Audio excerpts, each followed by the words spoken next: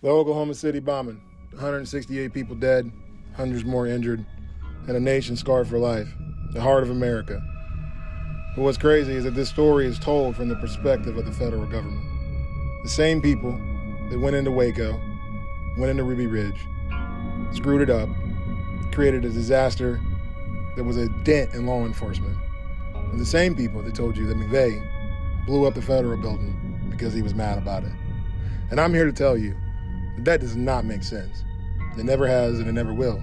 And coming from a former law enforcement officer, I sat in those rooms at a local level and heard the instructors and heard the police officers from the older generations kind of glorify these events. And I never could understand why. And it's because the narrative, it's everything. What you see in current day 2025, it's hard to control that narrative.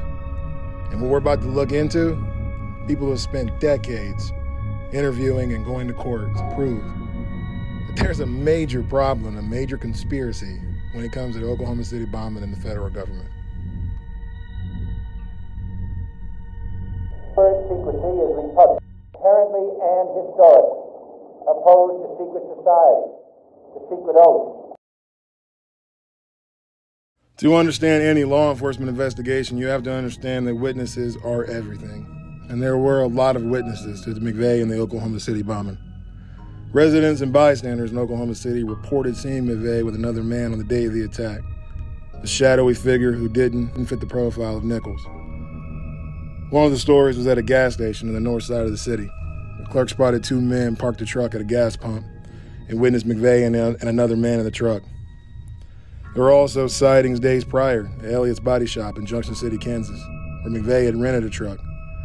The owner and the mechanic recalled him arriving with a medium-built, brown-skinned man who appeared to be Middle Eastern or Latino. He was dressed in a military uniform. And 2 days before the blast, at the Dreamland Hotel, the owner noted McVeigh checking in with a companion who matched the same description. Heavier-set individual with a cap, military-style haircut, and a distinctive dragon tattoo on his arm. And these accounts piled up. The mystery man earned a moniker, John Doe No. 2.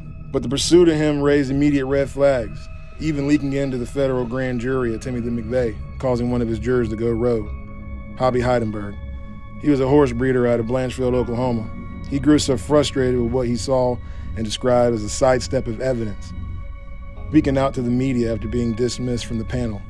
Heidenberg alleged that prosecutors refused to let the grand jury explore leads on John Doe No. 2, ignoring witness testimonies and sketches that suggested a broader conspiracy involving more accomplices.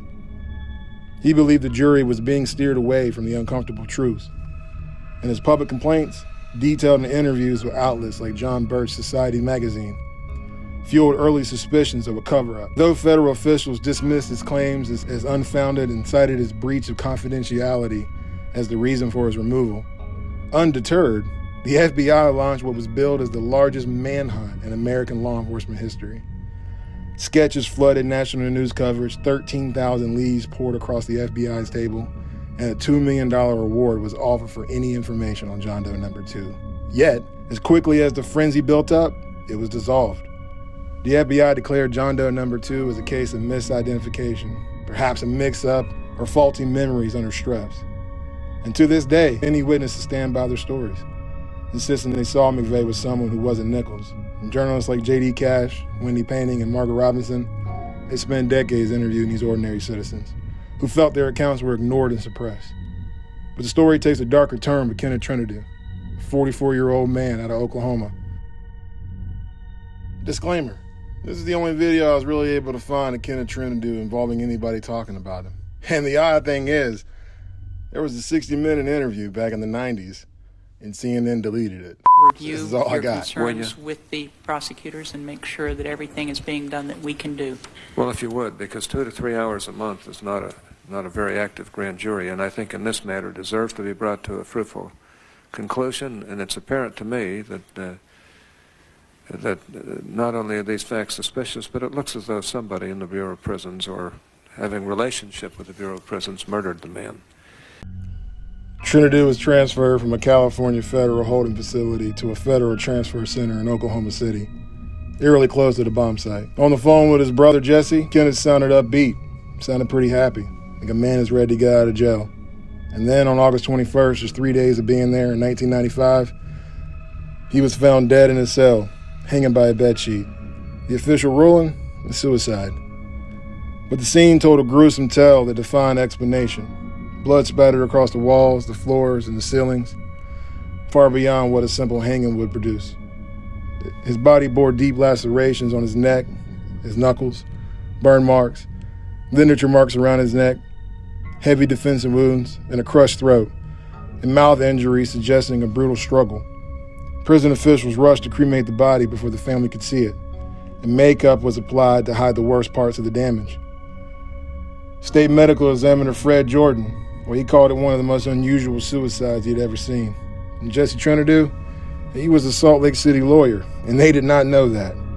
He refused to accept the verdict. His investigation uncovered a chilling connection. Kenneth bore a striking resemblance to John Doe No. 2, right down to the build and the tattoo. The family believed he was misidentified, interrogated harshly about the bombing, and killed to silence him, or cover it up.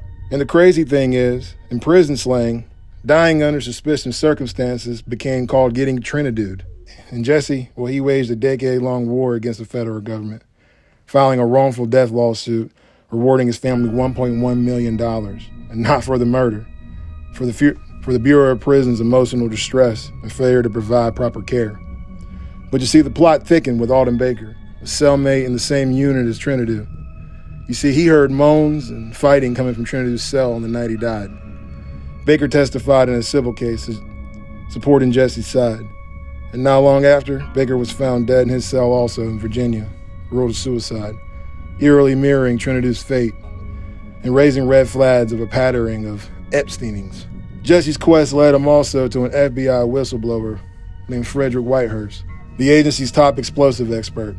He exposed systematic problems and sloppy forensics in high-profile cases, including the Oklahoma City bombing. Whitehurst testified that lab reports were altered, evidence was mishandled, and conclusions were exaggerated, undermining the confidence in the official narrative.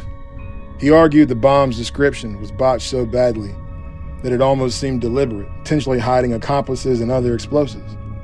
And then there's John Matthews, a Vietnam War vet turned FBI informant. He infiltrated militias and white supremacist groups in the 1990s. Matthews claimed he knew McVeigh and had seen him with figures tied to a paramilitary training group out of Elohim City. One name stood out, Andre Strassmeyer, a German national who lived in Elohim City. He was suspected by some of being an undercover asset, or even John Doe No. 2. And I'll attach a photo here. You tell me if it looks like him. You see, Matthews wanted to testify about the FBI's prior knowledge of McVeigh's associations, but he backed out. Kennedy alleged it was under pressure from the Department of Justice and the FBI. You see, his potential revelations could have proven that the federal agents knew about McVeigh's network, including ties to an operation called Patriot Conspiracy, or for short, PATCON. And when it all came down to it, Jesse Trentadue was kind of blocked. Nothing ever really was proven. Many of the eyewitnesses and the informants, kind of just whispers in the air. Nothing really came of it. And here we are in 2025, still wondering what actually happened.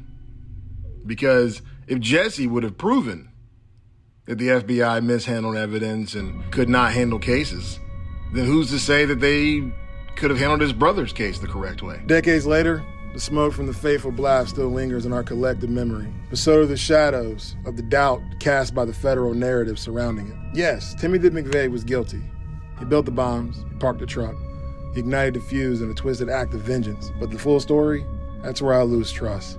With whistleblowers like Whitehurst exposing doctored evidence and sloppy forensics, and informants like Matthews revealing the FBI's deep infiltration of militias through operations like PATCON, where agents spied on, provoked, and sometimes entrapped extremists in the years leading up to the Oklahoma City bombing. How do we blindly accept the official line that it was just two lone wolves? The vanishing John Doe No. 2, the mangled suicide of Kenneth Trentadue, who looked too much like John Doe No. 2, and the silenced voices all weave an aura of hidden agendas, begging the question, if federal law enforcement was already embedded in these circles, watching every move, what else did they know or allow to happen before the Murray building fell? And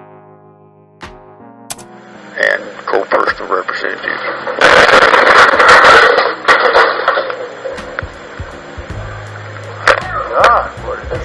what it is. We do know there's a plume of smoke, and we're going to stay with you here to talk you through. The succession, or what something did go off. It did the damage that you see right there. The second explosive was found and defused. The second explosive was found and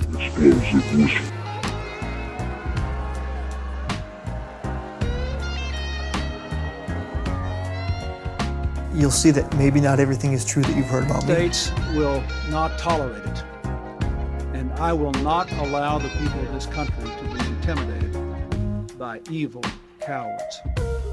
Was the fact that Oklahoma City stinks to high heaven.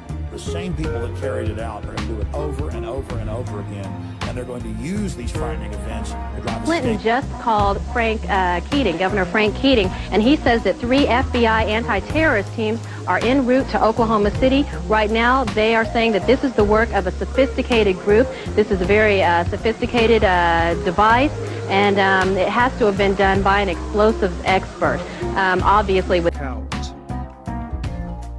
I have met with our team, which we assembled to deal with this bombing. And I have determined to take the following steps to assure the strongest response to this situation. Through federal authorities that a second bomb has been found inside that federal building in Oklahoma. Well, am I pure evil? Am I the face of terror sitting here in front of you?